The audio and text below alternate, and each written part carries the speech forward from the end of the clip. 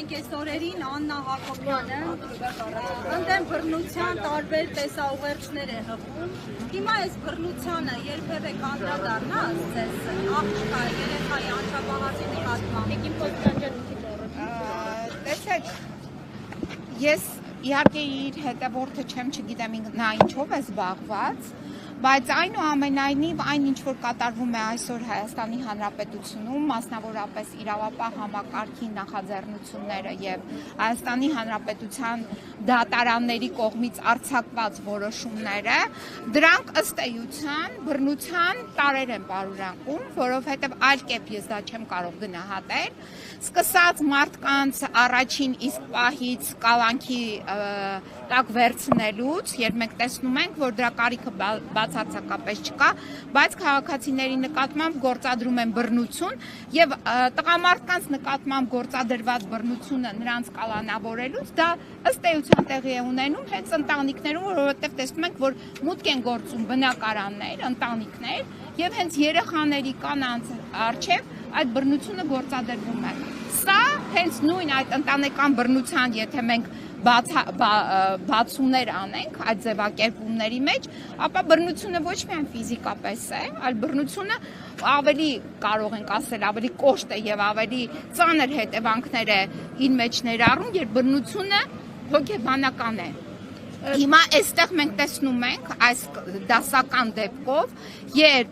Արեգնազ Մանուկյանին սկզբից ձերբակալեցին, ապա տարան կալանավորեցին, սա հոգեբանական մեծ ճնշում է ոչ միայն Արեգնազ Մանուկյանի նկատմամբ, այլ նաև նրա ընտանիքի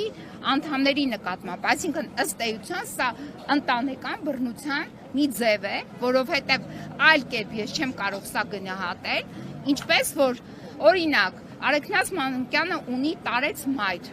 որին ինքն է խնամում, ունի, ես գիտեմ, ընտանեկան լուրջ հարցեր, որոնց լուծումները պետք է տրվի հենց Արեգնազ Մանուկյանի անմիջական մասնակցությամբ։ Ես գիտեմ նաև, որ Խափամիջոցի բողոքարկման հետ կապված է հարցը, հա,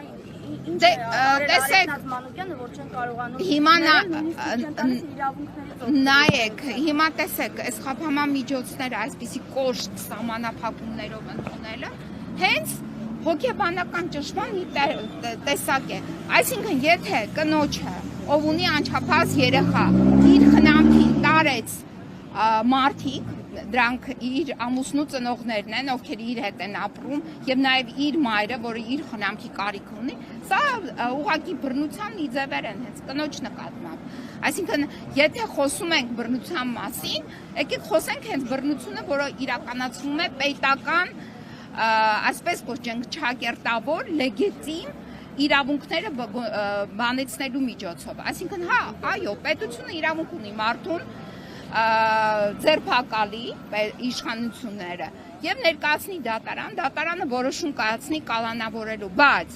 դրանք պետք է լինեն բացառություններ, իսկ տվյալ պարագայում մեր մոտ բացառություն չի, օրինաչափություն է, եւ այս կազմակերպությունը Եվրոպական միության այս գրասենյակը շատ լավ քաջատեղյակ է, որովհետև մարդու իրավունքների եվրոպական դատարանում Հայաստանը զբաղեցնում է առաջի տեղերից մեկը, նախնական կալանքների կիրառման հետ կապված։ Այսինքն մենք մեր մոտ խափամամիջոց կալանավորումը ոչ թե բացառություն է, իսկ օրենք ասում է, որ պետք է լինի բացառություն։ Միջազգային նորմերը նույնպես ասում են, որ պետք է լինի բացառություն, բայց դա կիրառվում է որպես օրինաչափություն եւ մենք առաջի տեղում ենք։ Մեր համար հատուկ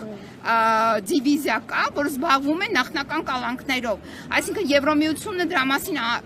շատ լավ գիտի։ Հիմա Արեգնազի դեպքը մենք քանի որ այսօր եկել ենք Արեգնազի համար, ես կարամ բազմաթիվ դեպքեր նաեւ օրինակներ ներկայացնեմ, բայց կոնկրետ Արեգնազի դեպքով, որ վերաքննիչ դատարանը հապավում է, այսինքն օրենքի այս ոչ ճկուն լինելու հնարավորությունը իրենց ընձեռում է, որ կարող են երկար ժամանակ չքննել վերաքննիչ բողոքը։ Հիմա գործը ուղարկում են դատարան, հիմա դատարանը մենք չգիտենք ով կլինի այդ դատավորը, ինքնաբացարկ կհայտնի, մինչև մյուս դատավորին հասնի, մինչև նորից քննվի խափամամիջոցի հարցը, ստացվում է այնպես, որ մարդը ամիսներ շարունակ կարող է գտնվել ըստ էության այս քաշքշուկի վարչական պատճառով եւ նաեւ այսպիսի կառույցների անտարբերության պատճառով գտնվի նախնական կահանքի տակ։ Գիտեք, ես նոր չեմ իրավապաշտպան գործունեությամբ զբաղվում։ Ես իմ մասնագիտական գործունեությունը սկսել եմ հենց իրավապաշտպանությունից։ Եվ այս իրավապաշտպան գործունեությունը ինձ ասում է, իմ փորձը, որ այսօրվա այս գործող իշխանությունների նկատմամբ ուղղակի կա հովանավորչություն այս ապօրինությունները իրականացնելու համար նման կառույցների կողմից։